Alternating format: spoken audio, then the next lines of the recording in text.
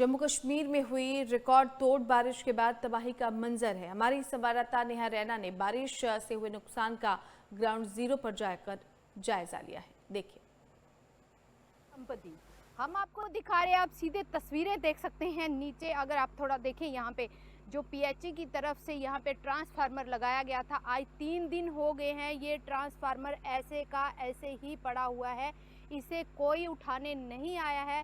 स्थानीय लोगों से जब बात हुई, उन्होंने फ़ोन करके उनको बुलाया, लेकिन फिर भी वहाँ का कोई भी अधिकारी जो पीएचई की तरफ से यहाँ पे नहीं आया। ये इतना रिस्की है क्योंकि अगर 3 दिनों से इस एरिया में लाइट नहीं आई है, अगर लाइट आती है तो आप देखिए सामने जो घर हैं उनको कितना नुकसान हो सकता है। और यहाँ पे छोटे बच्चे या जो माल मवेशी वाले बकरियों को लेके यहाँ पे आते हैं, उनको भी नुकसान हो सकता है। लेकिन कहीं पे भी पीएचई वालों के कान में जूं तक नहीं रेंग रही है। ये उन्होंने ट्रांसफार्मर यहाँ पे लगाया था।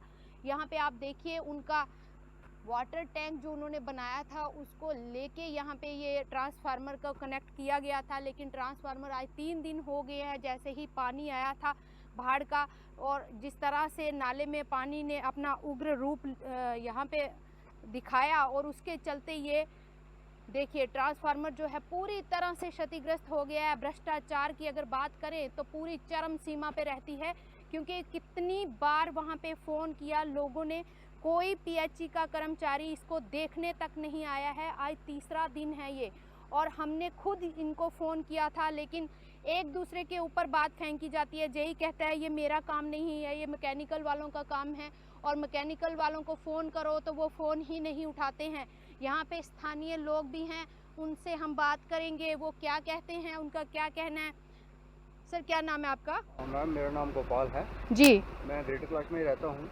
तो ये 3 दिनों से इधर ये ट्रांसफार्मर अलॉन्ग विद पोल जो है वे पीएचई का यहाँ पर गिरा हुआ है। तो बड़ी बार उनको फ़ोन किया, कोई सुनने को तैयार ही नहीं है। और कल मैंने एडब्ल्यू से भी बात करने की कोशिश की, वो फ़ोन ही नहीं उठाते हैं। तो ये बहुत रिस्की है, कोई मिसहैपनिंग हो सकती है यहाँ पे। ये बहुत ही रिस्की है, जिस तरह सामने घर हैं, हाँ लोग रहते हैं आसपास, तो बहुत ही रिस्की है। यहाँ पे लाइट तो 3 दिनों से लाइट बंद है जी। तो बस अगर लाइट आती है तो कितना नुकसान हो सकता है? बहुत नुकसान होता है, बहुत ही रिस्की है। ये हाई टेंशन पोल है, उसके बाद ट्रांसफार्मर लगा हुआ है। ये इतना रिस्की है कि वो पूरे इलाके को जला सकता है।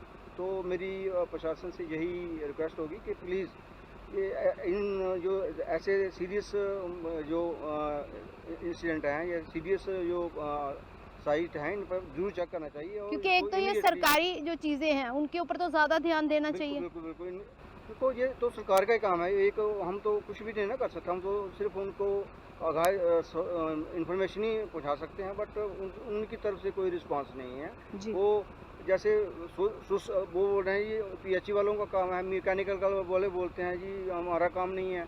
एक दूसरे के ऊपर रिस्पॉन्सिबिलिटी शिफ्ट कर रहे हैं और काम नहीं कर रहे हैं वो। जी बहुत बहुत धन्यवाद। तो आप देख सकते हैं कि किस तरह से ये जैसे स्थानीय लोग यहाँ पे परेशान हैं, और क्योंकि वो उनका तो इतना नज़दीक घर भी हो, फिर भी वो यहाँ पे आके ये उनको बार बार फ़ोन कर रहे हैं, कंसर्न दिखा रहे हैं कि यहाँ पे नुकसान हो सकता है, क्योंकि एक बंदा भी वहाँ से कर्मचारी जो है पीएचई का इसे देखने तक नहीं आया हुआ है। Neha Raina, MH1 news, Jammu.